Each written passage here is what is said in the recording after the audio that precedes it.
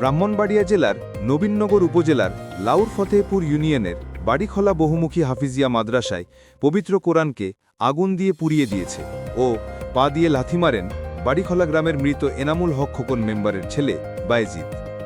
শুক্রবার ২৮ নভেম্বর বিকালে উপজেলার বাড়িখোলা মাদ্রাসায় ঢুকে কোরআন শরীফে আগুন লাগিয়ে পুরানোর ঘটনায় এলাকায় উত্তেজনা দেখা দেয়। পরে নবীনগর থানা পুলিশ ঘটনাস্থলে পৌঁছে এই ঘটনায় জড়িত থাকায় এক যুবককে গ্রেপ্তার করেছে। স্থানীয়রা বলেন, সে সুস্থ জ্ঞানে আমাদের ধর্মীয় অনুভূতিতে আঘাত করেছে। নাস্তিক্যবাদীতে বিশ্বাসী আমাদের পবিত্র কালামুল্লাহ শরীফ কোরআনকে যে এইভাবে অবমাননা করেছে, আমরা তার সর্বোচ্চ শাস্তি ফাঁসি চাই। অবিলম্বে তাকে ফাঁসিতে ঝুলিয়ে রায় কার্যকর করতে হবে। এ সময় উত্তেজিত জনতা তাকে বেধড়ক পিটিয়ে আহত করেন। নবীনগর থানার ভারপ্রাপ্ত কর্মকর্তা ওসি মোহাম্মদ শাহিনুর ইসলাম দৈনিক জনকণ্ঠকে জানান, গ্রেপ্তার করে কোর্টে সোপর্দ করা হয়। পুলিশ বাদী হয়ে তার বিরুদ্ধে নিয়মিত মামলা করা হয়েছে। সে সুস্থ মস্তিষ্কের মানুষ। এক পর্যায়ে উত্তেজিত জনতা পিটিয়ে আহত করে তাকে। বর্তমানে পুলিশ হেফাজতে ব্রাহ্মণবাড়িয়া সদর হাসপাতালে চিকিৎসাধীন অবস্থায় আছে।